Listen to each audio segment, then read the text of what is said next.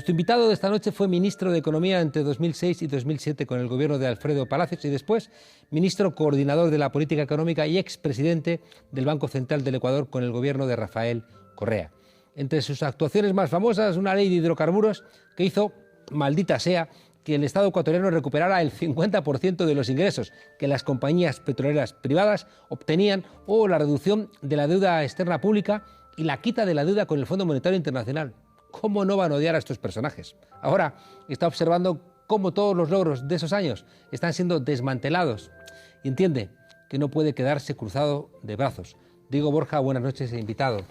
Buenas noches. A la frontera, con mucho honor para nosotros. Gracias por estar aquí. Gracias a ti por la invitación, un gusto. Diego, déjame preguntarte en primer lugar esa terrible realidad, y es que buena parte de los logros que habéis conseguido durante todos estos gobiernos anteriores se están desmantelando. Bueno, básicamente los logros son del gobierno del presidente Rafael Correa, porque, diciendo la verdad, es durante el gobierno de Correa en el cual mucho del retraso que tenía el Ecuador, especialmente en el ámbito social, se logra recuperar. Estoy hablando de la desigualdad, estoy hablando de la pobreza, estoy hablando del empleo adecuado, del crecimiento económico, de la inversión social, de los derechos. Es decir, muchos de esos logros se los realizan en estos 10 años de Correa, y en menos de 3 años el gobierno de Moreno ha devastado virtualmente todo este gran avance. Se dice que es fácil destruir, ¿no? Mucho más fácil que construir. Así es. Qué duda cabe. La ciudadanía, claro, está confusa porque una de las cosas de esto que llamamos el lawfare es lo que han hecho siempre, ¿eh? Lo que pasa es que ellos no podrían encarcelar ni a Lula ni encarcelar al presidente Correa como encarcelaron a Mandela. Tienen que construir todo un entramado jurídico para acusarles de corrupción, que siempre es lo que más escandaliza en la opinión pública, y acompañarlo con una enorme manipulación en los medios de comunicación para que sean los propios beneficiados de las políticas de Lula o de las políticas de Rafael Correa, para que, como en una película en España, La lengua de las mariposas, el niño al final, cuando pierde la guerra a la República, le tire una piedra a ese maestro que le enseñó todo. Fíjate, es importante decir que yo fui un crítico severo, yo diría que a veces áspero, de Rafael Correa. Participé en su gobierno, pero en la tradición de la cual yo vengo, que es de la izquierda radical en el Ecuador, la crítica y la autocrítica era parte de nuestro componente. Y en su momento yo tuve una crítica fuerte a Rafael, y llegué al punto que me separé del gobierno. Pero eso no me impide ver todo lo que hizo Correa. No me impide ver los enormes aportes que le hizo al país. ¿Tú querías ir más deprisa y más lejos? Probablemente sí, probablemente habían discrepancias respecto a la modalidad de tratar, por decirte, al movimiento social. Yo pienso que el movimiento social debe expresarse. A ratos no había esa comprensión en el otro lado. Bueno, y eso nos llevó a una ruptura, pero Moreno vuelve a juntarnos, vuelve a juntar esta aspiración por tener un país democrático, un país en crecimiento, un país de los productores, no un país oligárquico, no un país vendido al Fondo Monetario Internacional, no un país que agache la cabeza ante lo que ya habíamos logrado, que era una soberanía verdadera. Entonces, lo que no logramos, digámoslo así, juntos, Moreno lo logra, porque pienso yo que en este mismo momento la tarea es superar esa falsa dicotomía entre correísmo y anticorreísmo y volver a construir un sendero progresista y democrático. ¿Cómo crees que se explica la traición de Lenín Moreno? Bueno, yo creo que hay condición personal del traidor, pero también hay un espacio político para la traición. Y creo que desde un punto de vista autocrítico nos faltó una construcción política organizativa más sólida, nos faltó una negociación y un acuerdo permanente con el movimiento social, digo, haciendo autocrítica desde el lado del gobierno de Correa, y también, obviamente, nos faltó un fortalecimiento de una base popular que en un momento determinado salga a defender con fuerza sus logros, ¿no? Claro. Pero vimos en octubre que salió la ciudadanía básicamente comandado por el movimiento indígena, pero no solo el movimiento indígena.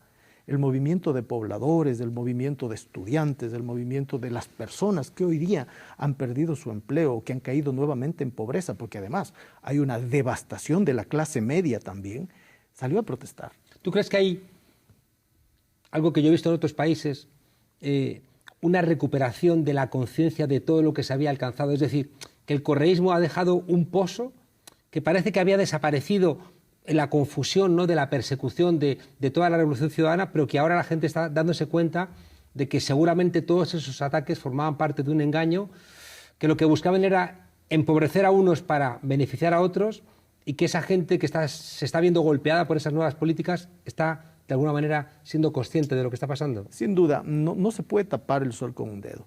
Tú puedes en algún momento ser crítico, como decía hace un momento, de determinada línea de acción política que tuvo el gobierno de Correa.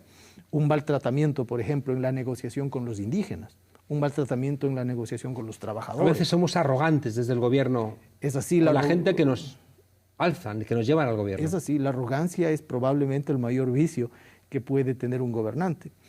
Pero no nos impide eso ver que hubo logros gigantes, y entonces la gente que no solo tuvo, digamos, lleno su bolsillo, ¿no? O no solamente tuvo un trabajo digno, sino también derechos que no los había tenido antes: el derecho a la educación, el derecho a la salud, el derecho a la seguridad, el derecho a expresarse incluso, con todas las limitaciones que pudo haber tenido, es nuevamente valorado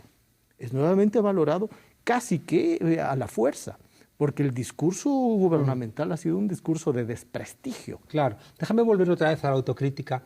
Mi experiencia es que el gran error en los gobiernos de cambio, y que es un gran desafío que tiene ahora mismo Podemos, que acaba de entrar en el gobierno en España, el gran fracaso creo que ha sido a la hora de construir un partido-movimiento, es decir, un partido que sepa tener un pie en las instituciones, que sea eficaz, que construya políticas públicas dentro del entramado de la democracia representativa y de los sistemas capitalistas que hay que ir, ¿no?, de alguna manera transformando, pero que son los datos de la realidad, pero al mismo tiempo tengan un pie en los movimientos sociales, en la calle, en las reclamaciones, en la deliberación occidental. Creo que ese fracaso es el que nos lleva a veces a que nos den golpes de Estado legales y no haya suficiente pueblo en la calle para defender los logros. Es así, sin querer dar lecciones, ni mucho menos a Podemos, pueden reflejarse en algunas de las realidades latinoamericanas y en la del Ecuador en particular.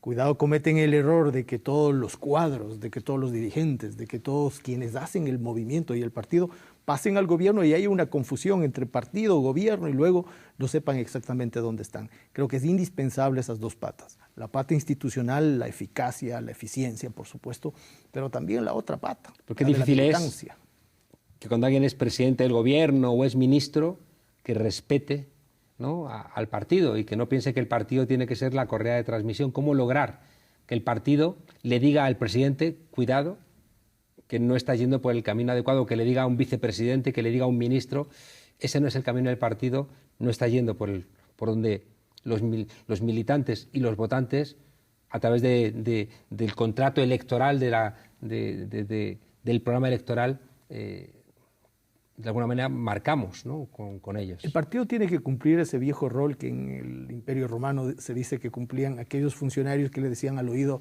al César: no te olvides que eres un hombre, no eres un dios. Es decir, siempre la conexión a tierra, la conexión con el electorado, con la ciudadanía, con el movimiento social, y la posibilidad de la crítica permanente, incluso al gobierno que es parte de ese partido. Creo que ese es un papel fundamental que a nosotros nos superó como proceso, y hablo de nosotros porque fuimos parte de un gran conglomerado humano, ¿no? Yo, Borja, visité al presidente Lula en la cárcel en Curitiba, y una parte larga de la conversación era los errores del PT al tener más facilidades para recibir a los poderosos que para recibir a los movimientos sociales, a los ministerios, y que había habido un alejamiento que al final se traduce en que sacas a 25 millones de personas de la pobreza, pero te dan un golpe de Estado y esos 25 millones no están en la calle no salen a defenderte. Así es, ahí hay una especie de inercia en el Estado que le hace más proclive a la negociación con la cúpula, a la negociación con la élite, que al acuerdo con la base. Y esa inercia hay que romperla. Parte de nuestro propio error como gobierno, como tendencia, como sendero progresista que hoy día creo que es indispensable que nos volvamos a unir, porque el reto es al 21. El reto es recuperar un gobierno democrático, progresista, popular, ya no te digo ni siquiera de izquierda, con estos ribetes que hoy día se están perdiendo. Con el incremento, para casi terminando, con el incremento de los problemas medioambientales, el extractivismo, que era una de las grandes críticas, ¿no?, a las políticas de los gobiernos de izquierda en América Latina, incluido en Ecuador, ¿Cómo lo enfrentamos? Mira, no supimos dar el salto de un país primario exportador a un país que pueda asentarse en la producción más basada en el conocimiento, por decir un cliché. Nosotros tenemos grandes fuentes que provienen de los recursos naturales que no los podemos desechar de la noche a la mañana, pero evidentemente es indispensable construir un sendero que supere el extractivismo como el sustento y la base no solamente del Estado, sino de la sociedad. Y una última pregunta, Borja. Hemos visto en Argentina que la recuperación del gobierno para las mayorías, con el presidente Alberto Fernández y la vicepresidenta Cristina Fernández de Kirchner, fue posible porque aquellos sectores que se habían enfrentado y que le habían permitido a Macri, con un porcentaje pequeño de los votos, alzarse con el poder, se han vuelto a reencontrar. Personas que estaban enfadadas, que se habían peleado, que se habían insultado públicamente, de nuevo, entienden el momento. Unos entienden que con Cristina no basta y necesitan a otros, otros entienden que sin Cristina es imposible que ello vaya, y al final se reencuentran y ganan las elecciones. ¿Nos da alguna señal esto, alguna enseñanza? Sin lugar a dudas. Creo que hay que poner la patria por delante. Si tenemos diferencias, si tenemos posturas y concepciones distintas, saldémoslas en el camino de poner a la patria por delante. Y poner a la patria por delante es poner a las nacionalidades indígenas, es poner al pueblo por delante, a la ciudadanía, a las clases medias, a las clases populares, a las mujeres, en fin, a la gente por delante. Y creo que en ese concepto de poner a la gente por delante debemos y podemos saldar las diferencias. Hacer política con las vísceras no es el momento en el Ecuador, creo que nunca, pero en este es menos el momento. Y los viejos enfados hay que saberlos tratar para poder superar lo que fallamos. Parece que está escrito en el ADN de la izquierda el enfrentarnos, el fijarnos más en lo que nos separa que en lo que nos une, y al final hacer fragmentos y fragmentos y fragmentos que, como decíamos, hace que la derecha, con un porcentaje pequeño de votos, pueda gobernar nuestros países. Bueno, la derecha se une alrededor del bolsillo. Nosotros nos peleamos alrededor de las ideologías. Creo que es el momento de poner la patria por delante, como te decía hace un momento, y saldar las cuentas mirando los desafíos del futuro. Hubiéramos pensado que ya lo avanzado en los 10 años significaba superar los errores, pero hoy día nos toca volver a reconstruir incluso aquello que en 3 años del gobierno de Moreno ha devastado. ¿Seremos capaces de solventar otro de los grandes agujeros que ha sido el comunicativo? Porque la manera de hacer comunicación parece que sigue siendo hegemonía de la derecha. En el caso ecuatoriano, la crisis de octubre, de esta fuerte movilización indígena y popular, también llevó a la crisis no solo al Estado, sino a los medios de comunicación. Los medios de comunicación aparecen en las encuestas como los grandes perdedores también. Han perdido totalmente credibilidad. Y eso es una oportunidad, porque durante ese periodo le mintieron a la ciudadanía. Y el momento en el cual el Ecuador se incendiaba, ellos decían que no pasaba nada. Entonces creo que eso fue un logro también, y el lograr este tipo de comunicación alternativa creo que está en la posibilidad, ¿no? El viento es a favor. López Obrador no contra todo pronóstico, porque los pronósticos siempre han estado ahí, pero contra todos los grandes poderes, incluido Televisa, ganó en México. Alberto Fernández ha ganado en Argentina. El pueblo está en la calle en Chile, reclamando un proceso constituyente que vaya más amplio que el que está concediendo ahora mismo el pinochetismo. En Colombia, bueno, pues Petro sacó el 40 y tantos % de los votos. En Brasil, el PT sacó el 47% de los votos. Han tumbado a Evo Morales, pero hay un movimiento popular reclamando un espacio y van a tener que encarcelar a medio país. ¿Hay aires de cambio en América Latina de los cuales forma parte también el Ecuador? El viento está a nuestro favor. Es obligación construir la nave y construir el capitán que aproveche este viento, pero el viento está a nuestro favor. ¿Y el correísmo va a ser un referente de cómo se pueden hacer las cosas? Mira, no se puede pensar en el Ecuador superar el momento presente de devastación de Moreno sin el correísmo.